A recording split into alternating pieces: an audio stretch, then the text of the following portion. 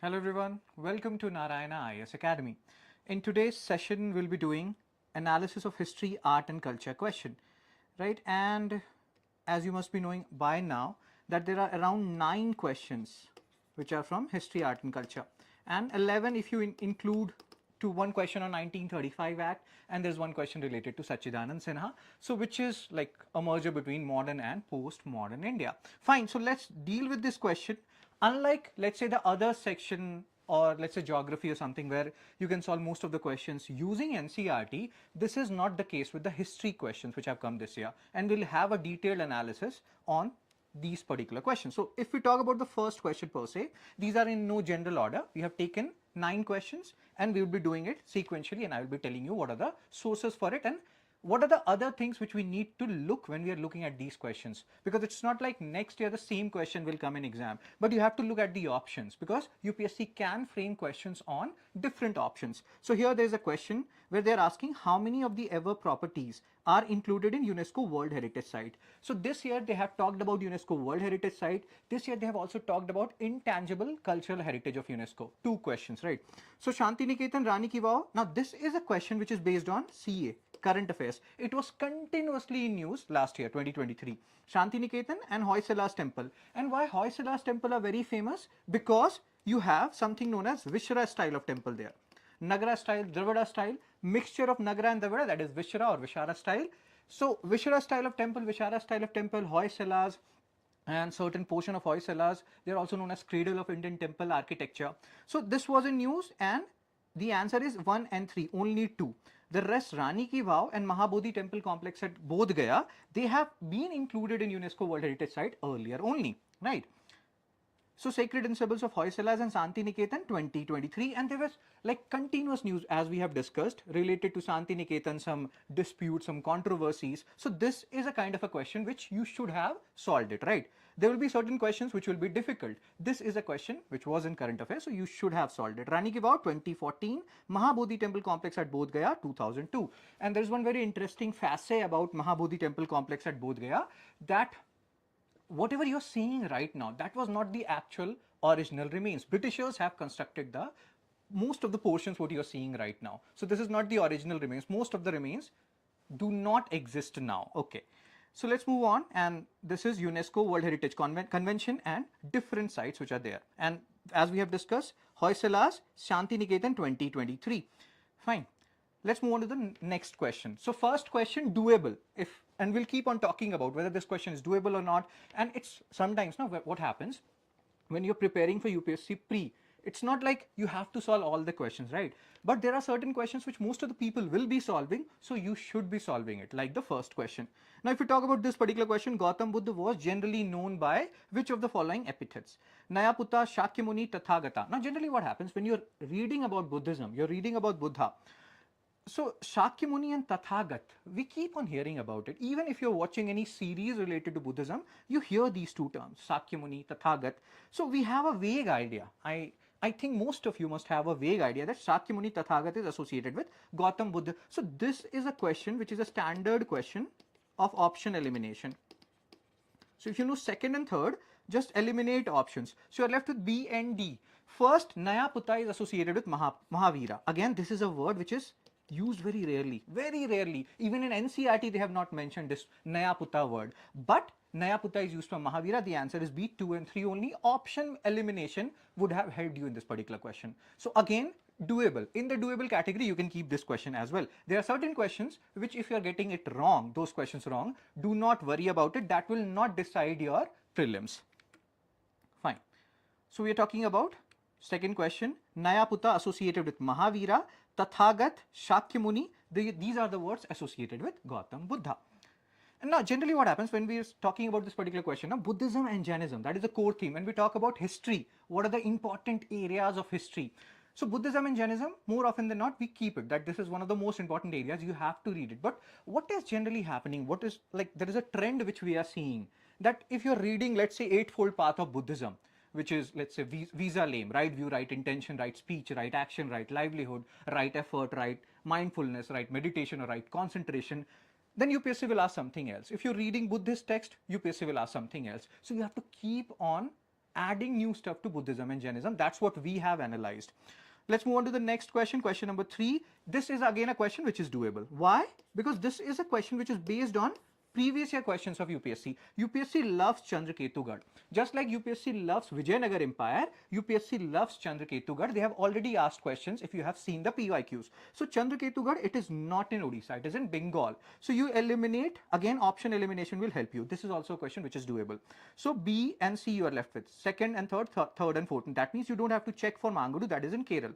Second, Inamgaon, it is in Maharashtra, it is a Chalcolithic site. So the answer is B, 2 and 3. This is a very interesting question. Because once you go deeper into this particular question, you will realize that Salihundam, it is in Andhra.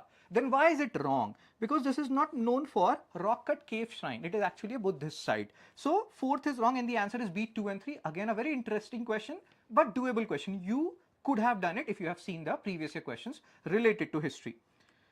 So that is what they are saying. Inamgaon, Maharashtra, Mangaluru, Kerala, megalithic site, Chandraketugarh, already asked. So these are the keywords which you have to continuously look out for. Chandraketugarh, you cannot miss it. It is in Bengal. Salihundam, Andhra Pradesh, Andhra region, but it is known for Buddhist architectures rather than rock cut cave shrines.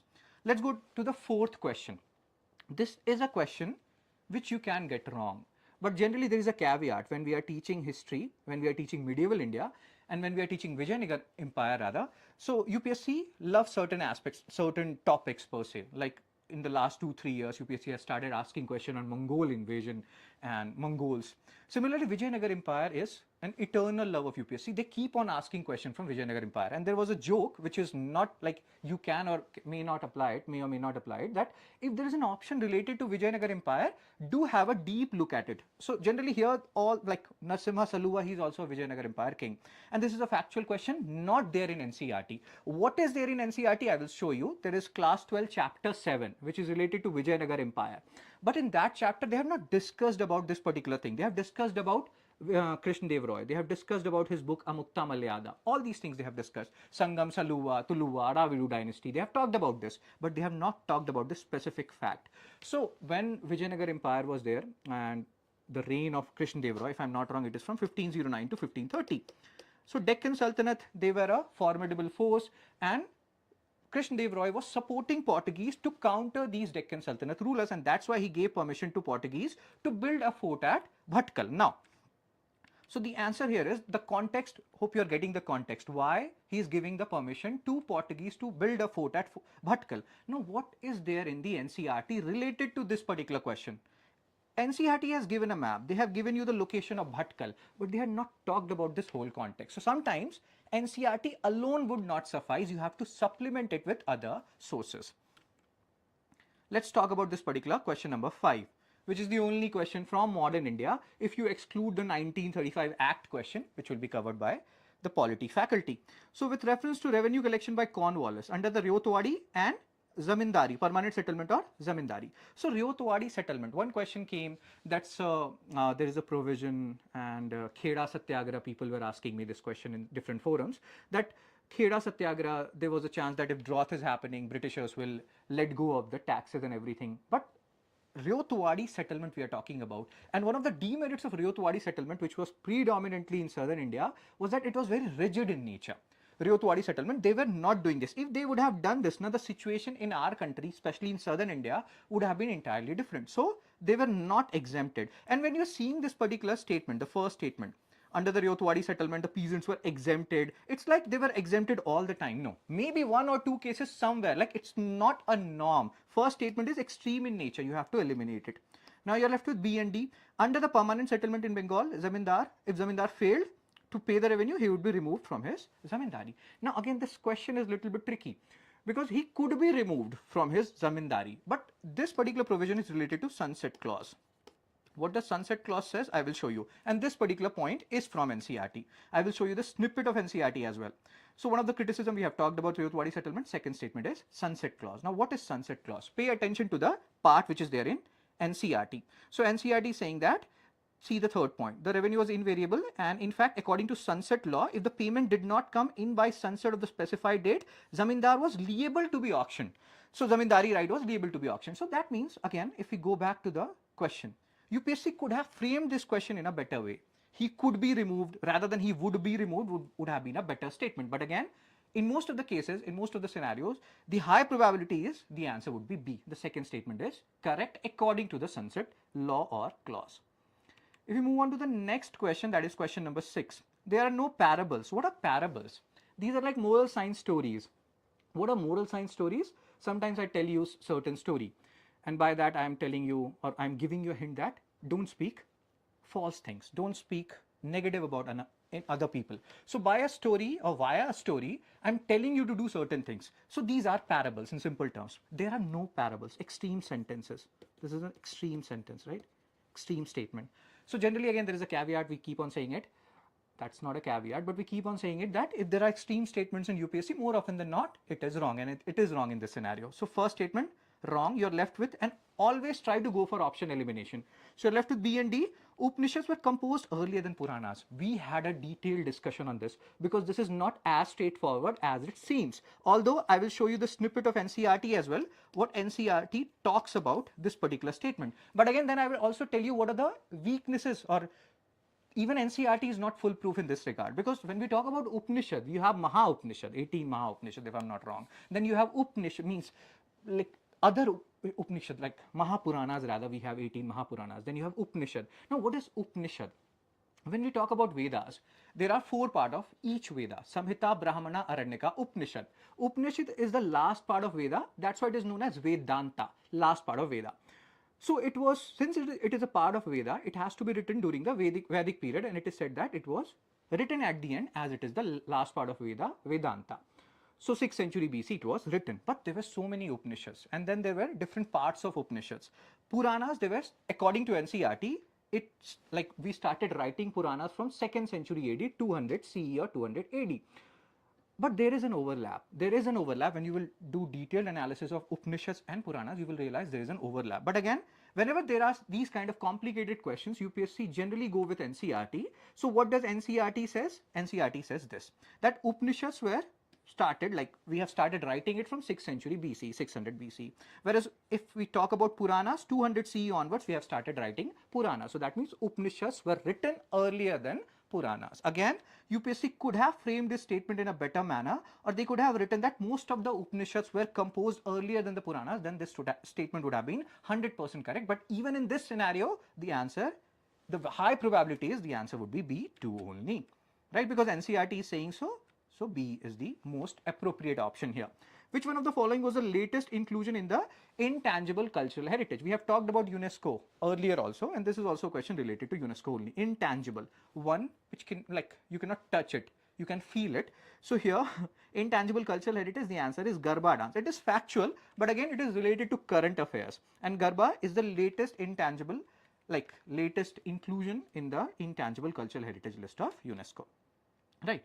So Garba dance 2023, and there's a news also related to this. I think in December 2023 it was included. So again, current affairs part, art and culture, current affairs.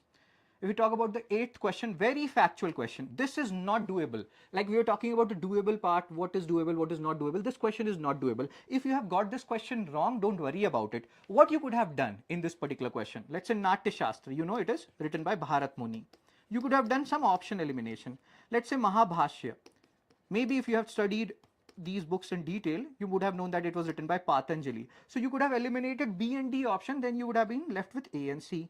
And the answer is C. So this is tough. This is not easy. This is not there in any NCERT, and this you have to study. Like this is like option elimination and everything. You're left with A and C, 50% probability. So educated guessing and everything would have helped you. But again, if you're getting this particular question wrong, don't worry about it. Kavya Lankara, the 4th book, is Bhamaha. It is written by Bhamaha. Mahabhashya, Patanjali. If we talk about the 9th question, this has been taken from Upinder Singh's Ancient and Early Medieval India.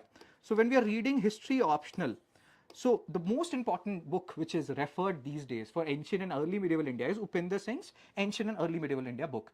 And from there it has been, this particular question has been taken. That Sangabhuti, he was the author of a commentary on Sarvasti Vadi Vinaya. So again, this 8th and 9th question, if you have got these questions wrong, don't worry about it. This is not going to decide your UPSC pre, but the earliest 7 questions, some of them were doable, most of them were doable, and you should have actually done those questions. So you should have solved those questions, right? So this is the book from which this particular question has been taken. A History of Ancient and Early Medieval India, written by Upinder Singh, who is the daughter of former PM Manmohan Singh. Right. So what is the final summary and analysis of history, art and culture questions? So 3 questions has come from art and culture, Bhasha, UNESCO World Heritage Site, intangible cultural heritage. Ancient history 4 questions, Sanghabhuti, Upanishad, Chandraketugad and Buddha. Although some questions of ancient history also has an art and culture tinge. Medieval 1 question from Krishnadev Roy, Bhatkal. Modern 1 question related to revenue settlement. And there is another question on 1935 Act. Generally when we read acts from 1773 to 1935, so it can be included in modern history, it can be included in polity, but it will be covered by polity, sir. So if you exclude this, 1 question from modern, if you include this, 2 questions from modern.